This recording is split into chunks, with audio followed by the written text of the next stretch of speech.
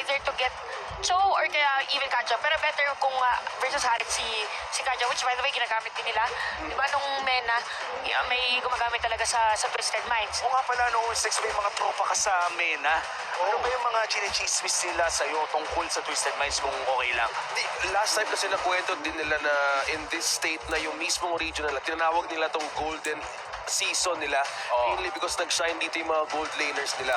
So one of which, Harith ngayon nagiging priority nila sa mga draft, which can be beneficial dun sa meta, kaya hindi talaga nila pinapakawalan yun. So, pero dito nga, mas gusto nga nilang gamitin yung mga comfort pick nila dahil nga naunahan sila dito ng team spirit. And when we look at comfort picks, so kadalasan ng mga manlalaro kapag wala naman ang kailangan patunayan pa o na-release na sila mula sa kanilang pressure, ay parang kung ano na lang yung gusto nilang laruin, yung magpapasaya sa kanya. Dahil at the end of the day, when you're playing MLBB, ang gusto mo talaga dito ay mag-enjoy. Yeah.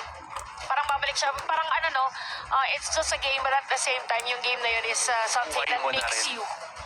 It's something that makes you. So, ito muna yung breather nila na parang self-awareness na kaya tayo nandito para din mag-enjoy. So, we're expecting like really long games for this too.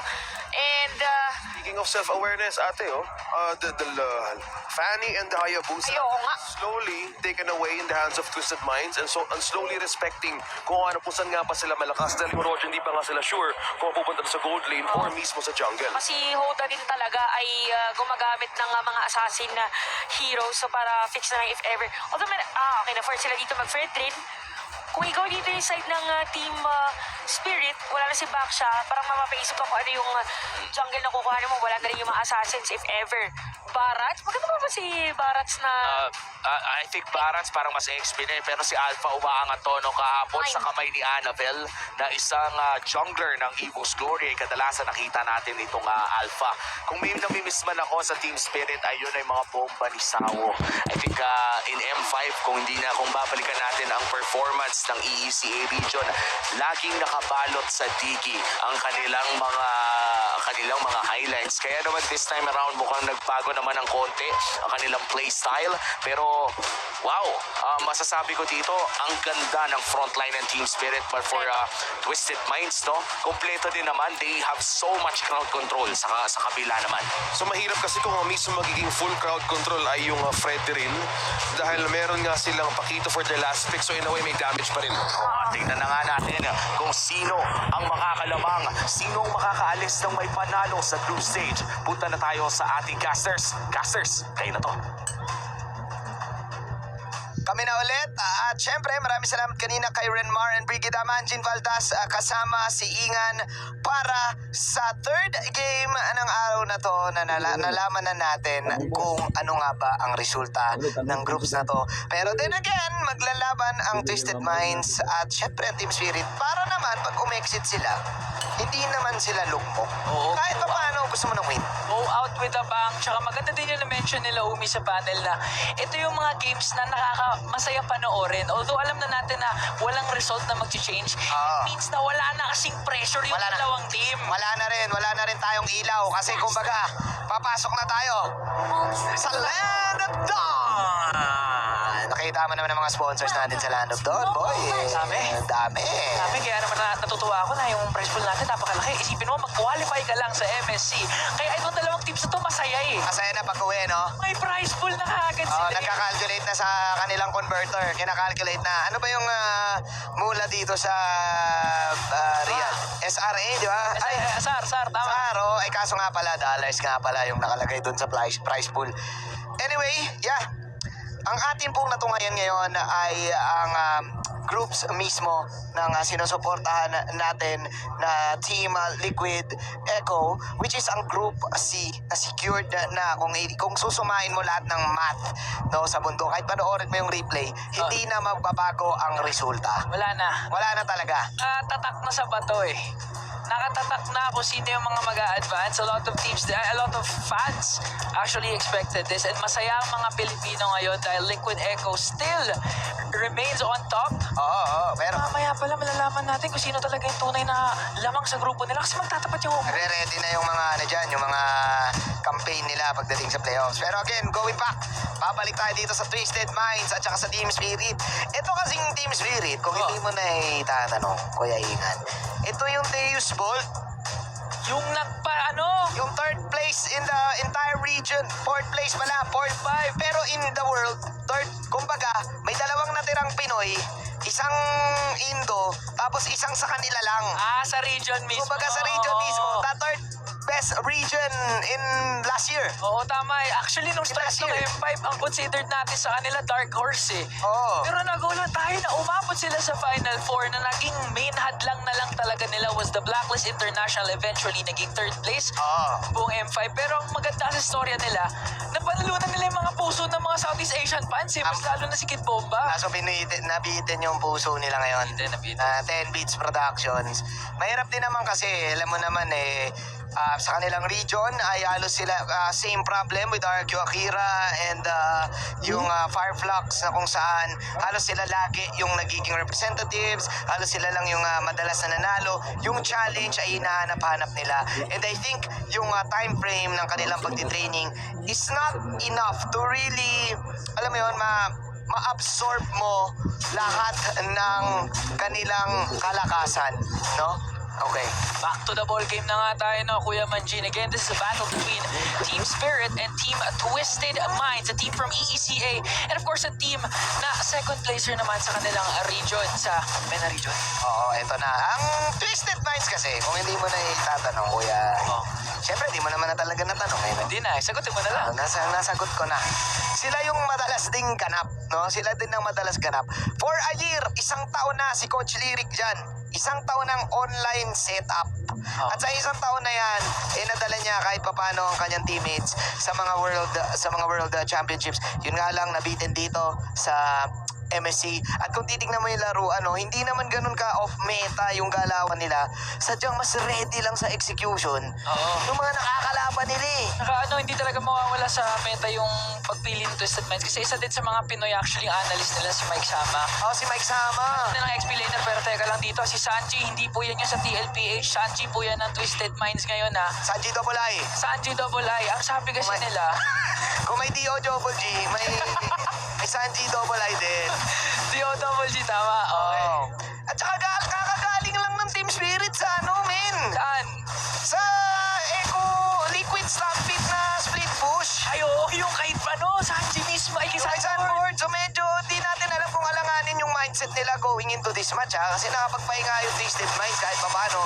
Marl will get the objective. Pasok si Kid Bomba. Alam mo, favorite talaga ni Kid Bomba yung Tiris tiris lang, na. no? Ay, wow! Okay, ito na yung Kid Bomba na kilala natin. Confidence, but at the same time, still humble pa rin yan pag nakakausap mo yan sa mga interview. Sabi nga nila, kapag i-exit ka, exit with a bang. Di ba?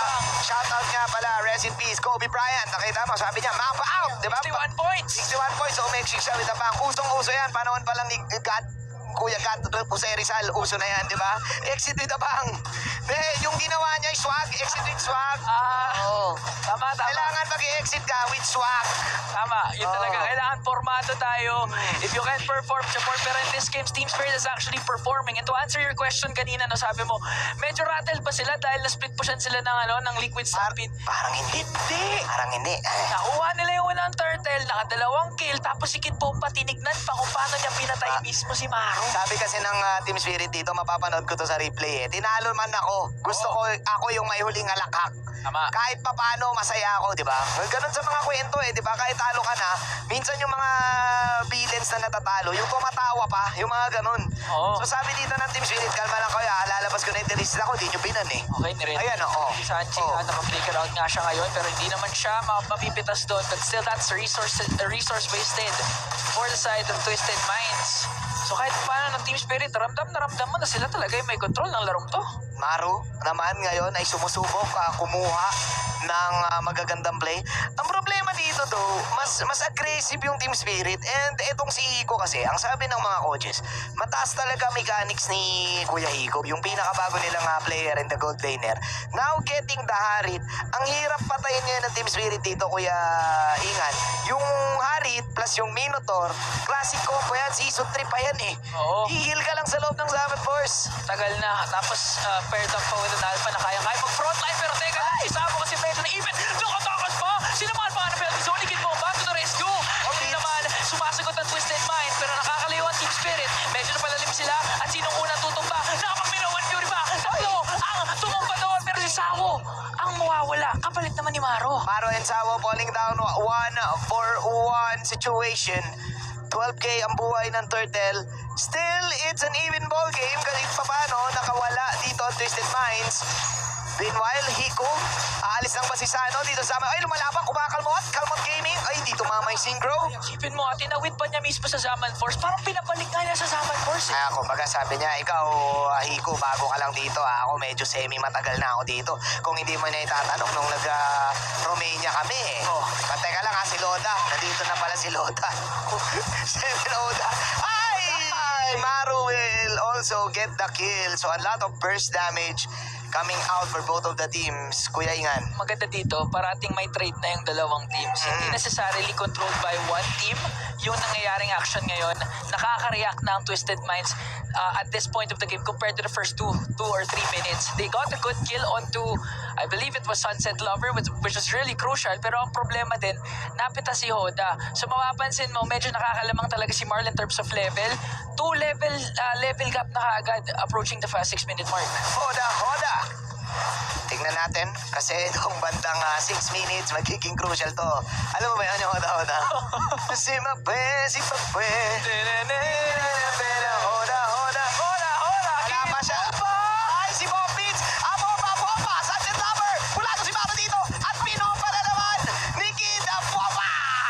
Uy, ang talaga ginugulat ng mundo ni Kid Bomba. Tayong lahat. Dahil imagine wala nang stakes to for them. It's just really going out with a bang. Confidence na. on full display. Wala na, pero may pinagkalaman pa rin sila si Coffin ngayon. Diba? Ano?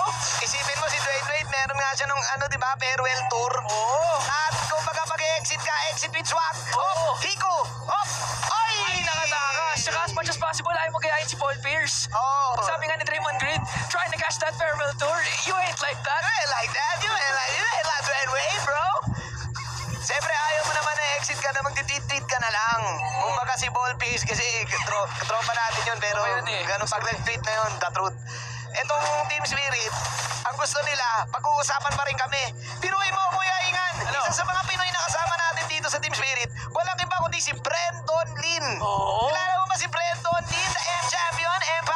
Siyempre, men. Yung journey niya alone wait, teka, Kid Bomba. Ayawasan nga doon yung final slash. Paro, napapflicker out. Pero sumasagot naman ang Twisted Minds. Sila pagka si Iggy Boy. Medyo nahihirapan counter-attack dito yung Twisted Minds dahil yung sustain ng Team Spirit. Parati kasi present si Sabo eh. Heal lang ng heal. Ayaw niyang bigyan ng opportunity ang Twisted Minds makakill. At mainit pa ang Team Spirit. Sabi nila wala nang mambabaktor sa amin. Panalo talaga dapat kami dun eh. Kung nakita mo yung replay, na-backtor lang kami. Sabi kasi ni Team Spirit, men, Sanjay, hindi kasi Sanford. Oo, iba yan. Ba yan? Nakita na namin yan. Pinanood namin yung replay bago kami maglaro ngayon. Pero Sunset Lover nakatakas pa naman. Maro ang kanilang bumburan.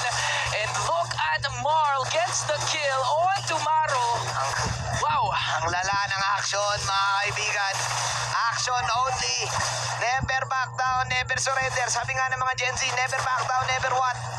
Tuloy-tuloy ang action. Ang pinaka-problema dito ng Twisted Minds, isa lang. Ano? Ang baka ng Team Spirit, si Sawo, 0-1. Tama ka sa sinasabi mo, nahihil niya lahat dito, maging si Kuya Kid Bomba. Lahat na eh. Lugi si Sanji dito, tingnan mo picture pa lang, kumbaga face to face. Goals ka agad sa kumbaga pagbruskuhan yung laban, parang mas mabubrusko ka talaga ni Kid Bomba. Tiris na siya eh. Chris na 5-0-1. At the same time, siya nga ata yung unang naka-first 2 kills. So, pa sa second kill, confident na confident. Bawat penalty zone, pasulong. Never siya nag-penalty zone pa atras. So, alam mong lamang na lamang talaga yung Team Spirit ngayon. Very comfortable. And at the same time, again, si Sawo, yung baka agree, yan talaga yung pinaka nagiging problem nila. Apart from the setups na Minoan Fury, the fact na heal ka lang ng heal, parating may pang-reset yung Team Spirit eh. At saka yun nga yung kapag ikaw yung tirisla, Kuya Ingan, maraming tirisla player ang nagsasabi nito. Ang trabaho mo lang, kapag magtitirisla ka, maultihan mo 2-3. Okay na. Bonus na kung nakalima kang setup. Kahit ma-deads ka, okay lang. Ang problema, hindi nga natidid si Sawo. Uy, tsaka hindi nga na bare minimum ginagawa niya kasi parang minimum na uli niya, 3-4 parati. Laging tatlo no? Tapos minsan, ang lupit pa ng zone. Okay, Kaya gano'n, nakuha nila ng mabilis lang yung Lord, pare. Ano ba yun? nanood din kasi yung Twisted Minds ng game kanina. Sabi nila, mahina sa sa map awareness yung team spirit or baka nalilito kasi may chance na ma-split po siya nga ulit ni Sanji or nang Pwede, pakita pwede. ulit yung team spirit at the same time. Yun na lang talaga yung magagawa mo eh. Hindi ka makakapalag 5-on-5. Yung mga pickups na gusto mo sanang hanapin, nahihirapan ka talaga kunin dahil again the presence of Sawo, very active on the map. So yun lang talaga magagawa mo ni Sanji. Split as much as possible. Ang mahirap kasi dito, Kuya Ingan, yung Roger din, hindi ganun ka magiging maganda yung buhay. Tama. Magpapasok ka, ang gagawin lang ni Sawo, dabog gaming. Tapos, hindi ka naman pwede pumasok dun sa Zaman Force. So, kailangan mamula muna lahat. Tapos ikaw, kung ikaw si Saano, paano mo malalasit? Kaso ang problema, sino magpapapula sa sa team spirit? Si Bex. Si Bex sana nandyan naman, kaso siya din kasi yung parating tinatarget ni Kid Bombay. Oo, kompleto. Parang ang hirap niyang pumuesto dahil kay Kid Bomba ngayon, oh. Si Marl. Ayun na. Ayun na ata. It is the end of the beginning. Tama ba? Beginning of the end. Tama. It is the end of the beginning. Okay! Sweep is real! Knockups are real! Nagkakatalunan na dito sa Riyadh! Habang si Kid Bomba! Jump Bomba! Akala mo sex bomb lang ang bumubomba? Si Kid Bomba din! Marl din naman, nagpakita ang gilas doon. Ganda ng pag-ulti. Ramdam na ramdam mo yung true damage. Dalawa ang nahuli, dalawa din naman ang tutumba. Pero ang maganda dito, 4 Twisted Minds. Walang inhibitor turret na naputas. Na-clear pa nila yung unang Lord na nakuha ng Team Spirit. At least nakapag-defend. Kaso tingin ko worth it lang din Worth it lang din yung push ng side ng Team Spirit kasi nakabasag sila. Ayun, basag pa yung top lane. Sag na. Isa worth it, Kuya Ingan. Sulit. Kumbaga sulit. Sulit extend. Unang Lord pa lang naman yun, tapos nakakuha ka na ng inhibitor turret, means na sobrang laki ng inyong kalamangan. Looking at the gold lead ngayon, it's a 10k gold lead for Team Spirit. And at the same time, pag Twisted Minds ka kasi parang may isip mo na gagi, ang ganda na ng set ni Maro. Oo. Pero parang hindi pa rin tayo makabawi. So ilang miracle set pa yung kinakailangan natin from Maro na main crowd control source talaga nila for us to come back against Team Spirit. Mahirap, Kuya Lyric. Kailangan na ni Lyric dito i-channel lahat ng channel. Lahat ng kailangan niya bumalik sa cable. Kailangan niya ibalik sa cable kasi yung setup. Unless, syempre, nasabi nga to ng panelist kanina, okay sana ma-1-1 mo kasi best of the best lang yung laban best of 2. Pero mas matindi ang ganap ng Team Spirit. I think the lineup says in itself.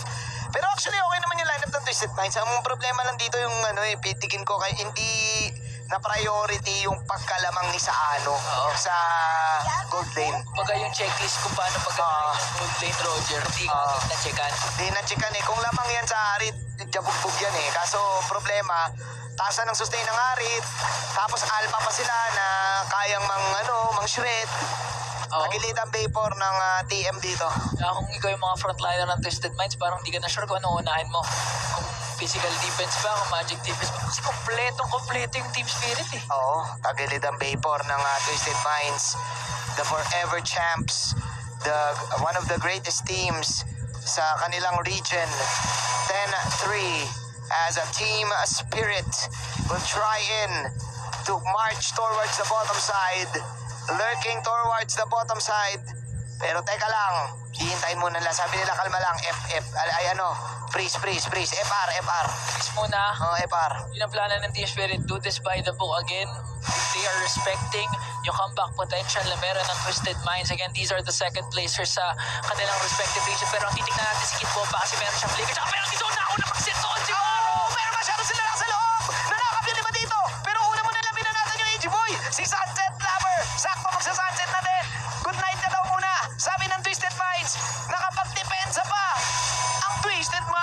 Ito yung sinasabi natin ilang miracle set pa ang kinakailangan from Maro para makakomeback na depensahan nila. Yung dalawa, yun na naman yung sungkit at this time, ang nahuli ay si Kid Bomba. Hindi pa rin nakakasaya yung penalty zone, pero tutupad din naman si Maro doon. It's gonna be a 4-on-4, pero may mga minions dito ang Team Spirit. Talaga naman kinukuha na ng inhibitor turret. Sanji doing everything he can para maklear yung mga minions. At magagawa nga ito ng Twisted Mind. Di matapos ang laban. Kumbaga sabi nila, Ingan, Manjin, sayang naman kasi yung Yung venue. Tama!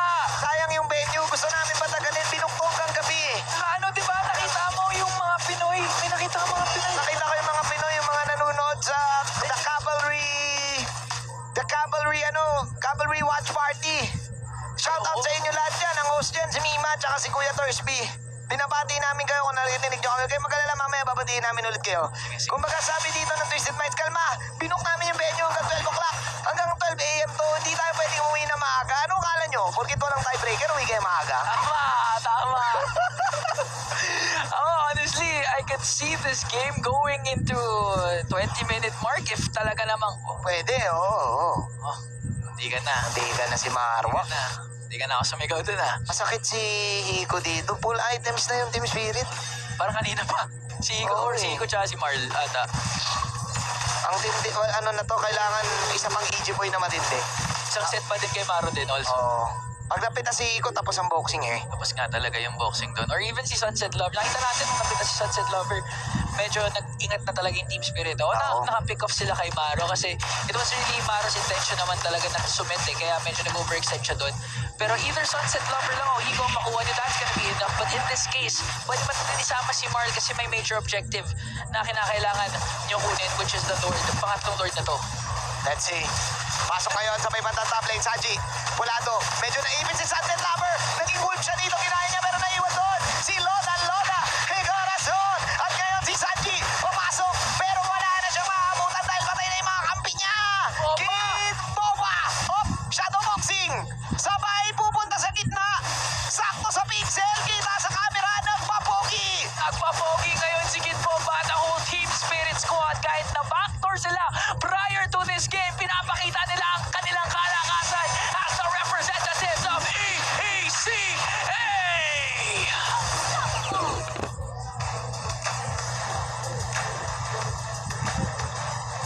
Team Spirit ang nagwagi sa pinakaunang laro nila against Twisted Minds. And for the all-round heroes, mukhang kailangan pa nilang umisa para